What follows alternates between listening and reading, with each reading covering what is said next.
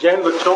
2 साल से शायद डिफेंस के बच्चों के लिए बहुत बुरा समय चल रहा है। एनडीए का एग्जाम तो चलिए समय से हो रहा है, रिजल्ट भी आ रहा है, उसमें थोड़ा बहुत डिले हो रहा है, लेकिन एटलीस्ट एग्जाम हो जा रहा है, एसएसबी हो जा रहा है, ज्वाइनिंग भी हो जा रही है। लेकिन उसके अलावा जो एग्जाम्स हैं, SSR, double A, air force X group, Y group, MR, इन सारे एग्जाम्स की परिस्थितियां बड़ी विपरीत चल रही हैं। विपरीत चलने का मतलब ये हमारे समझ में नहीं आ रहा है कि एयरफोर्स का एक तो एनरोलमेंट लिस्ट नहीं आ रहा है, उसके बाद जो एग्जाम हुआ उसका तो खैर रिटर्न का ही रिजल्ट नहीं आ रहा है, दूसरी वैकेंसी पिछले 2 बार से नहीं आई है, और साथ ही साथ नेवी का हो तो रहा है, लेकिन नेवी में कोविड एक रीजन दे करके मात्र 10,000 बच्चों को एसएसआर डबल ए में बुलाया जा रहा है, और साथ ही साथ एमआर में मात्र 1500 बच्चों को बुलाया जा रहा है। मतलब 10th और 12th के मार्क्स बेसिस पे, मेरिट बेसिस पे, और मेरिट भी थोड़ी बहुत नहीं, 95%, 93%, 94% हर स्टेट का जो अलग अलग कट ऑफ जाता है। तो ये कुछ समझ में कम आ रहा है, क्योंकि अगर रिजल्ट उठा के देखा जाए एसएसआर डबल ए या एमआर का, जब ऑनलाइन एग्जाम्स हो रहा था तो 80-90% स्टूडेंट जो है वो 60% वाला होता था, 70% वाला बच्चा होता था।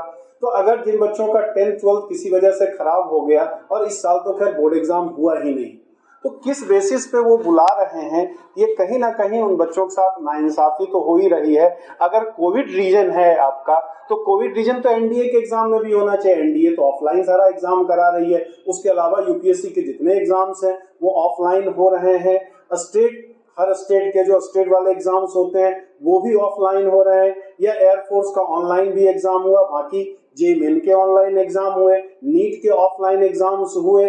तो अगर ये सारे एग्जाम्स में कोविड रुकावट नहीं डाल रही है, तो क्या सारा कोविड जो है, सारा कोरोना वायरस जो है, क्या खाली नेवी एग्जाम के लिए है? उसी के एग्जाम के लिए बचा के रखा गया है कि नेवी का एग्जाम बच्चा ऑनलाइन देगा तो कोरोना हो जाएगा उसे, कोविड हो जाएगा उसे। तो ये कुछ रीजन समझ में नहीं आ रहा।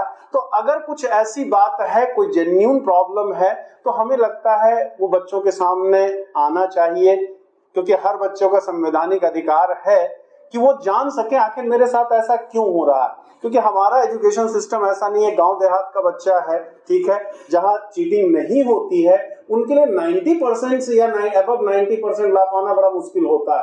हम बेहतर जानते हैं, एसी कमरे में बैठ करके एक नियम बना देना एक अलग चीज होता है, लेकिन गांव का जो बच्चा है वो किस माहौल में पढ़ता है और कैसी वहां पढ़ाई होती है, कैसी सुविधाएं होती है, उस हिसाब से 90% पाना बच्चा बड़ा मुश्किल होता है। और हमारे 80% जनता जो है गांवों में ही बसती है, मैक्सिमम बच्चे गवर्नमेंट स्कूल में पढ़ते हैं, और उतनी सुविधा उन्हें नहीं है कि वो 90% तक पा सके बच्चा।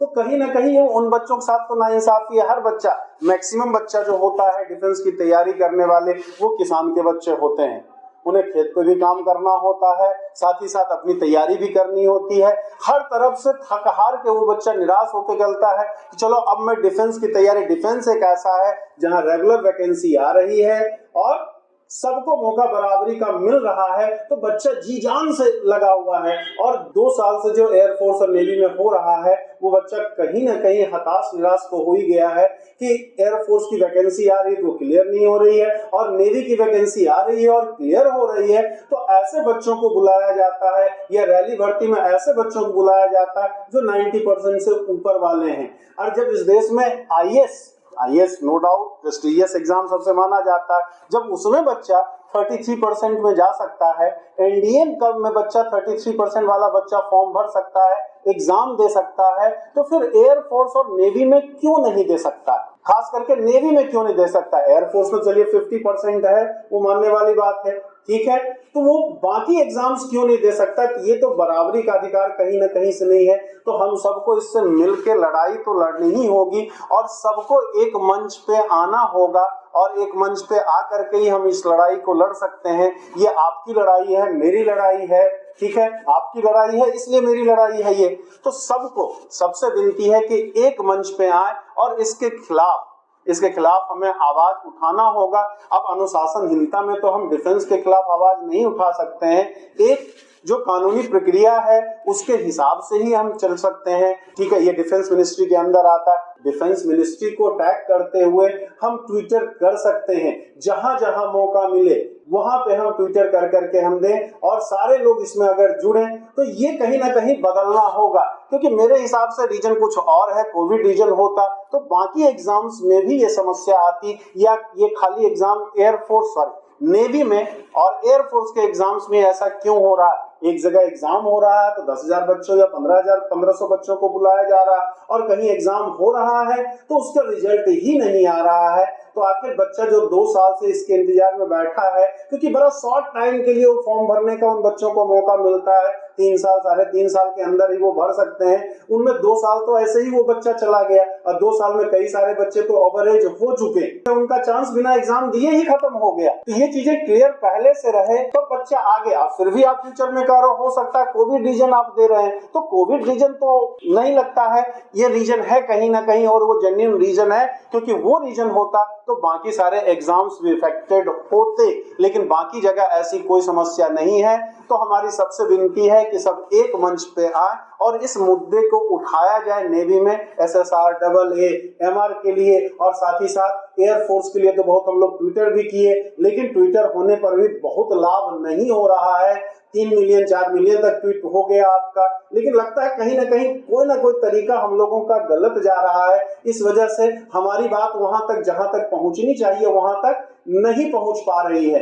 तो कहीं ना एक आवाज तो हम लोग को मिल करके उठाना होगा, अकेले अकेले उठाने से नहीं होगा। बहुत लोग साथ में आए भी, और जो नहीं आए हैं उनको भी साथ में आ करके आवाज उठानी होगी, क्योंकि बच्चे हमारे देश के भविष्य हैं, और कहीं ना कहीं वो सेना के प्रति समर्पित भी हैं, अपना जीवन समर्पित करना चाहते हैं। हाँ, उनका एक उद्देश्य है कि हमें जॉब भी लगेगा, लेकिन जॉब ही नहीं, कुछ और भी उनका उद्देश्य होता है, क्योंकि सेना का जॉब सबसे प्रेस्टिजियस जॉब वो मानते हैं, और साथ ही साथ वहाँ सबको बराबरी का मौका मिलता है, क्योंकि हर तरफ से थक हार के बच्चा सेना की तरफ देखता है, भारतीय जनता सेना की तरफ देखती है, और उससे भी कहीं ना कहीं निराशा हाथ लग रही है बच्चों को।